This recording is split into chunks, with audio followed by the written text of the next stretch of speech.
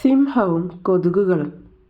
ഒരു ദിവസം കുറ്റിച്ചെടികളുടെ മറവിൽ കിടക്കുകയായിരുന്ന സിംഹം കോട്ടുവായിട്ട് മൂരി നിവർന്ന് ഇങ്ങനെ പറഞ്ഞു: ദൈവത്തിന് നന്ദി, നല്ല ശക്തനായതുകൊണ്ട് ഈ ഭൂമിയിൽ ആരെയും ഞാൻ പേടിക്കേണ്ടതില്ല. ഞാൻ ഈ നശിച്ച കൊതുകുകളെ പോലെയല്ല. ഇവർക്ക് എല്ലാവരെയും പേടിയാണ്. കാരണം ആർക്ക് വേണമെങ്കിലും ഇവരെ ഒറ്റയടിക്ക് കൊല്ലാം. കൊതുകുകൾ അത് കേട്ടു. അവരെക്കുറിച്ച് അത്ര മോശമായി സിംഹം സംസാരിച്ചതിൽ അവർക്ക് ദേഷ്യം തോന്നി.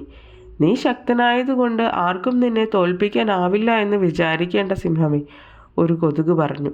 ഞങ്ങൾ ചെറിയവരാണെന്നത് സത്യം തന്നെ, എന്നാലും നിന്നെ തോൽപ്പിക്കാൻ ഞങ്ങൾ മതി. ഛീ, ശബ്ദിക്കരുത്, സിംഹം കോപത്തോടെ ഗർജിച്ചു. സൂക്ഷിച്ച് സംസാരിക്കണം. എൻ്റെ ഒരു കൈകൊണ്ട് നിങ്ങളെല്ലാവരെയും അരച്ചു കളയും ഞാൻ. കൊതുകുകൾക്ക് സഹിക്കാവുന്നതിലും അപ്പുറമായിരുന്നു ഇത്. അവരുടെ നേതാവ് പറഞ്ഞു: സുഹൃത്തുക്കളെ, വരുവിൻ, നമുക്ക് ഈ സിംഹത്തെ ഒരു പാഠം പഠിപ്പിക്കാം.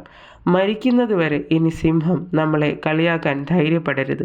കൊതുകുകൾ എല്ലാവരും കൂടി സിംഹത്തിൻ്റെ നേർക്ക് പാഞ്ഞു ചെന്നു. സിംഹത്തിനെ തുരുതുരെ കടിക്കാൻ തുടങ്ങി. സിംഹം വാലിട്ടടിച്ചു.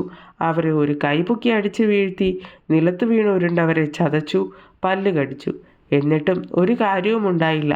കുറച്ച് കൊതുകുകൾ ചത്തു, പക്ഷെ അവ കൂട്ടം കൂട്ടമായി സിംഹത്തിനെ പൊതിഞ്ഞു.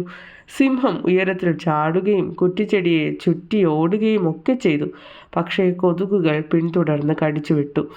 അവസാനം വരെ എതിർത്ത് ജയിക്കാൻ കഴിയില്ലെന്ന് മനസ്സിലാക്കിയ സിംഹം അവരോട് കേണപേക്ഷിച്ചു: ദയവ് ചെയ്ത് നിർത്തൂ, എന്നെ വെറുതെ വിടൂ. ഞാൻ നിങ്ങളെ കളിയാക്കിയതല്ല, സത്യമായുമല്ല. ദൈവത്തെ വിചാരിച്ച് എന്നോട് ദയവ് കാട്ടുക. കൊതുകുകൾ സിംഹത്തിനെ വിട്ട് ഒരു വലിയ മേഘം പോലെ ആകാശത്തേക്ക് ഉയർന്നു പൊന്തി. പറന്നു പോകുന്നതിന് മുമ്പ് അവർ ഇത്രയും പറഞ്ഞു: സിംഹമേ, ഇനി നിന്റെ ശക്തിയെക്കുറിച്ചോ ബുദ്ധിയെക്കുറിച്ചോ ഒരിക്കലും പൊങ്ങച്ചം പറഞ്ഞേക്കരുത്.